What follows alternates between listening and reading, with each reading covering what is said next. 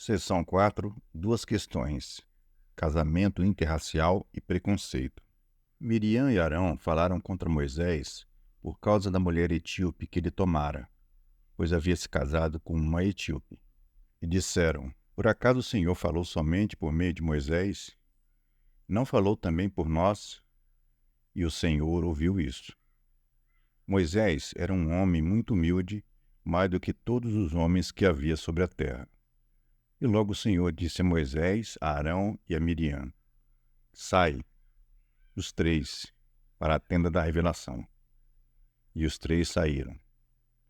Então o Senhor desceu numa coluna de nuvem e colocou-se à entrada da tenda.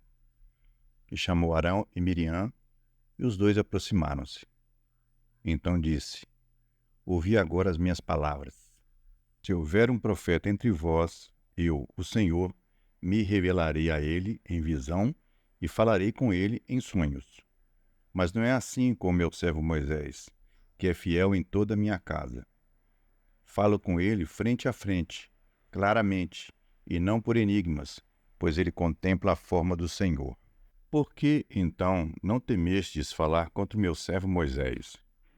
Assim, a ira do Senhor se acendeu contra eles, e ele se retirou. Quando a nuvem se retirou de cima da tenda, Miriam estava com lepra, branca como a neve. Arão olhou para Miriam e viu que esta estava leprosa. Números 12, de 1 a 10. Capítulo 15. Casamento interracial. Meu objetivo neste capítulo é defender, a partir das Escrituras e da experiência, que o casamento interracial não só é permitido por Deus, como é algo positivamente bom em nossos dias. Não deve ser apenas tolerado, mas celebrado. Os Estados Unidos são ambivalentes em relação a essa questão. Por um lado, o casamento interracial tem avançado. Metade dos asiáticos agora estão se casando com não asiáticos. Pela terceira geração, metade dos hispânicos também estão se casando com pessoas de fora de seu grupo étnico. O número de casamentos entre negros e outras raças está crescendo devagar, mas de forma constante. Categorias como hispânico, asiático e branco, sempre questionáveis, estão rapidamente se tornando verdadeiros anacronismos, e mesmo a categoria negro é um rótulo que está se desgastando aos poucos. Por outro lado, a história de resistência ao casamento interracial, embora isso esteja mudando, ainda existe entre nós. A oposição ao casamento interracial vinda de todos os lados. Leis contrárias à miscigenação. Graças a Deus que essa estranha palavra miscigenação não é mais conhecida do modo que costumava ser. Ela significa a reprodução por conjugação de indivíduos considerados de tipos raciais diferentes. Era comum encontrá-la nos códigos de leis de muitos estados como algo proibido. No fim de 1958, somente 4% dos americanos brancos aprovava o casamento interracial.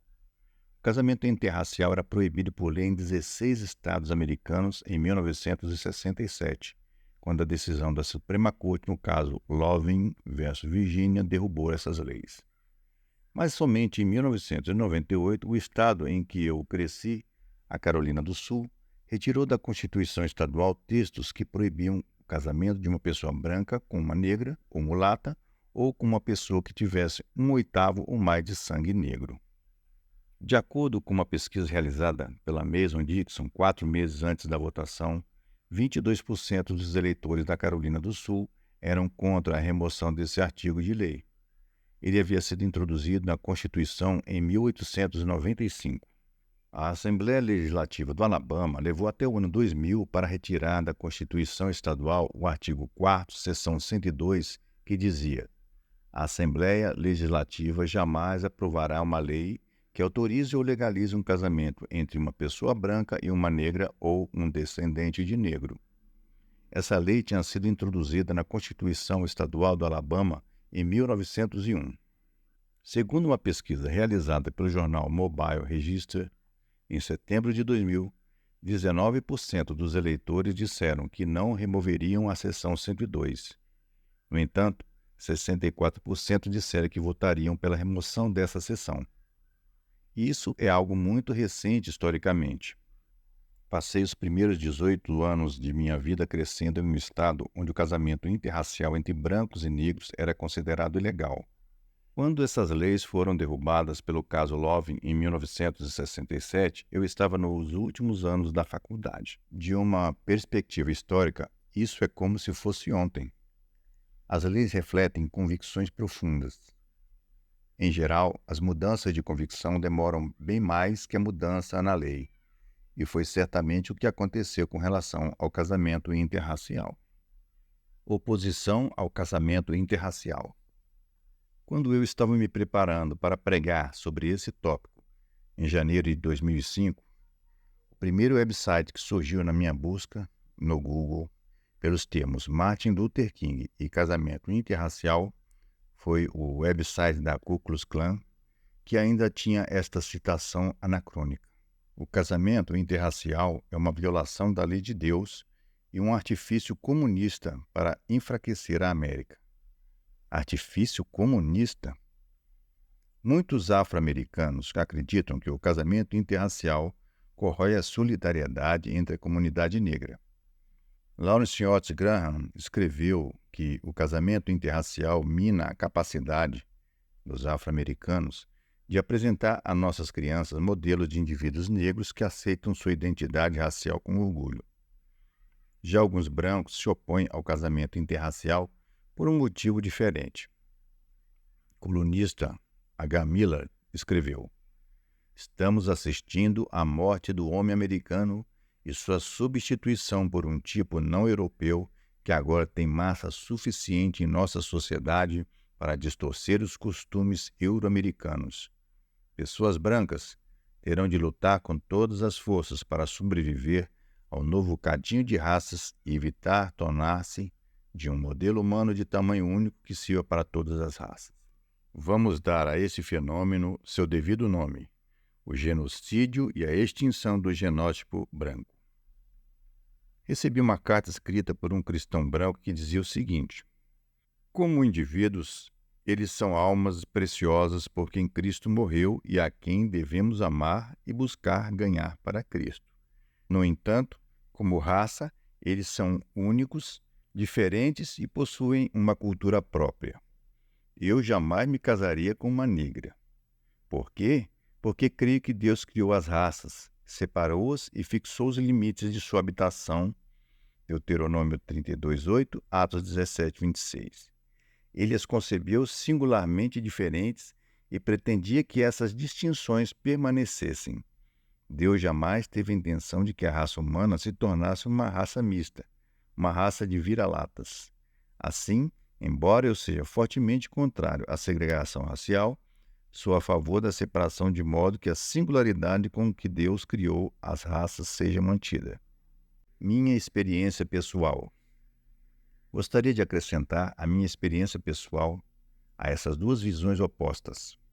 Fui um adolescente racista, de todos os modos possíveis, do sul dos Estados Unidos e, na condição de pecador, não duvido de que certos traços desse racismo ainda permaneçam em mim para meu desalento. E por essas atitudes e ações que trazem os resquícios de racismo, eu me arrependo e de coração me coloco contra elas. O racismo é uma realidade muito difícil de definir. No entanto, vamos fazer uso mais uma vez da definição que a Igreja Presbiteriana da América decidiu fazer no verão de 2004. O racismo é uma crença ou prática, implícita ou explícita, que distingue ou valoriza qualitativamente uma raça acima das demais. É isso que quero dizer quando falo que eu era racista, durante os anos em que vivi em Greenville, na Carolina do Sul. Minhas atitudes e ações em relação às pessoas que não pertenciam à raça branca eram de menosprezo e desrespeito, sendo que os negros eram as únicas pessoas que eu conhecia que não pertenciam à raça branca. No âmago dessas atitudes estava a oposição ao casamento interracial. Como já mencionei na introdução, minha mãe, que uma vez literalmente lavou minha boca com sabão por eu ter dito à minha irmã para calar a boca, teria lavado minha boca com gasolina se soubesse as coisas torpes e racistas que eu dizia. Sob a direção de Deus, ela foi de diversas maneiras a semente da minha salvação. Como já disse antes, após nossa igreja ter votado pela não admissão de negros em 1963, quando eu tinha 17 anos, minha mãe recepcionou pessoas negras que ela havia convidado para o casamento de minha irmã, levando-as ela mesma para se sentar na parte central do templo, porque os diáconos não as tinham recepcionado. Eu estava a caminho da minha redenção. Em 1967, minha esposa, Noel, e eu participamos da Conferência de Missões Urbana. Eu estava nos últimos anos de faculdade no Eton College. Nessa conferência, ouvimos Warren Webster, antigo missionário no Paquistão, responder a seguinte pergunta de um estudante: e se sua filha se apaixonasse por um paquistanês, enquanto você estivesse no campo missionário e quisesse se casar com ele? Com toda convicção, Warren respondeu: antes ela se case com um cristão paquistanês do que com um branco americano ateu. O impacto que aquilo teve sobre nós foi profundo. 4 anos depois, redigi um trabalho acadêmico intitulado A Ética do Casamento Interracial para o professor Lewis Smedes, que ministrava um curso de ética no Seminário Fuller. Ainda tenho esse trabalho guardado. Para mim, ele fechava a questão biblicamente falando, e eu não volto atrás naquilo que aprendi com ele desde então. A Bíblia não se opõe nem proíbe casamentos interraciais. Há inclusive circunstâncias que, juntamente com princípios bíblicos, fazem do casamento interracial, em muitos casos, um verdadeiro benefício. Hoje sou pastor da Igreja Batista Bethlehem, em Minneapolis. Uma rápida olhada no livro de fotos dos membros de nossa igreja mostra que temos cerca de 203 pessoas que não são de origem inglesa. Tenho certeza de que deixei alguns de fora e que mais pessoas se juntaram a nós desde que esse livro foi feito em 2005. Também estou certo de que a definição do que seja alguém de origem inglesa é algo tão vago que alguém pode se aborrecer pelo simples fato de eu tentar usá-la. Contudo, o ponto que quero mostrar é o seguinte: muitas dessas pessoas são crianças, adolescentes e jovens de ambos os sexos. Isso significa simplesmente que, como igreja, precisamos definir nossa posição a respeito do casamento interracial. A igreja é o lugar mais natural e apropriado para se encontrar alguém para casar. E algumas dessas pessoas certamente encontrarão na igreja futuros cônjuges que pertencem a outras raças. A posição que defendemos. Essa posição é o que eu gostaria de fornecer neste capítulo. Primeiro, analisaremos 4 textos e depois extrairemos algumas implicações para nossa experiência. 1. Todas as raças têm um ancestral comum e todos os seres humanos foram criados à imagem de Deus. A Bíblia retrata a raça humana como algo que teve origem em um casal de seres humanos ancestrais criados à imagem de Deus, diferentemente dos animais, sendo que essa imagem foi passada a todos os seres humanos. Gênesis 1:27 diz: e Deus criou o homem à sua imagem, a imagem de Deus o criou. Homem e mulher os criou. Também em Gênesis 5:1-3 está escrito: no dia em que Deus criou o homem, ele o fez à semelhança de Deus. Criou o homem e a mulher, e os abençoou, e os chamou pelo nome de homem no dia em que foram criados. Adão viveu 130 anos e gerou um filho à sua semelhança, conforme sua imagem. Em outras palavras, a imagem excelsa de Deus é transmitida de geração em geração. Paulo então faz a espantosa declaração de Atos 17:26. De um só fez toda a raça humana, para que habitasse sobre toda a superfície da terra. Em outras palavras, Adão, que foi criado à imagem de Deus, é o pai de todos os seres humanos pertencentes a todos os grupos étnicos.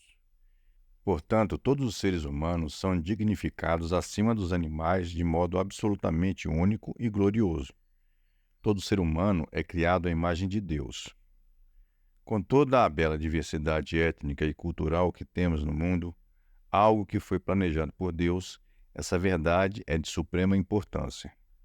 Ela é decisiva para estabelecermos as prioridades no sentido de como respeitar as pessoas e nos relacionar uns com os outros. A restrição bíblica às doutrinas racistas seculares. Colin Kidd, professor de História Moderna da Universidade de Glasgow, mostra em sua obra A Formação das Raças a ampla influência do cristianismo e da Bíblia em enfraquecer certas doutrinas sobre a raça que serviam para encorajar o racismo. O abandono secular da autoridade das Escrituras não foi uma experiência uniformemente libertadora para todas as raças. Lado a lado com esse abandono, também surgiram visões secularistas da supremacia da raça branca, com base em diferentes origens evolucionistas. Os governos secularistas, nazistas e comunistas do século XX, por exemplo, deixaram rastros indescritivelmente sangrentos na trilha de seus regimes racistas. A despeito de todas as ocasiões em que se fez mau uso das Escrituras em apoio ao racismo, há uma longa história da restrição bíblica ao racismo, como Kidd mostra em função da inequívoca afirmação de que todos temos em Adão um pai histórico. Em grande parte, a mensagem da Escritura cristã reprimiu o desenvolvimento de ideias polígenas de múltiplas origens humanas. Essa clara afirmação de uma única origem de todos os seres humanos a partir de um ancestral humano, segundo observa Kidd, tem sido mantida pela primeira declaração da Unesco sobre a raça de tal maneira que baniu as noções de poligênese racial para além dos limites da ciência reconhecida. E continua. Os cientistas chegaram a um consenso quanto ao reconhecimento de que a humanidade é uma só. Reconhecem que todos os homens pertencem à mesma espécie, Homo sapiens. Também há consenso quanto a todos os homens terem provavelmente derivado de um tronco comum. E quanto ao fato de que as diferenças que existem entre diferentes grupos humanos são devidas à atuação de fatores evolucionários de diferenciação, tais como o isolamento, a flutuação ou a fixação aleatória das partículas de material que controlam a hereditariedade, os genes, as mudanças na estrutura dessas partículas, a hibridação e a seleção natural. Às vezes, levanta-se a objeção de que os primeiros capítulos de Gênesis não somente retratam uma única origem humana, mas também o desejo de Deus de que existam grupos étnicos separados. Essa objeção, então, prossegue, dizendo que o casamento interracial entre quaisquer pessoas desses grupos é uma contradição do desejo de Deus na criação.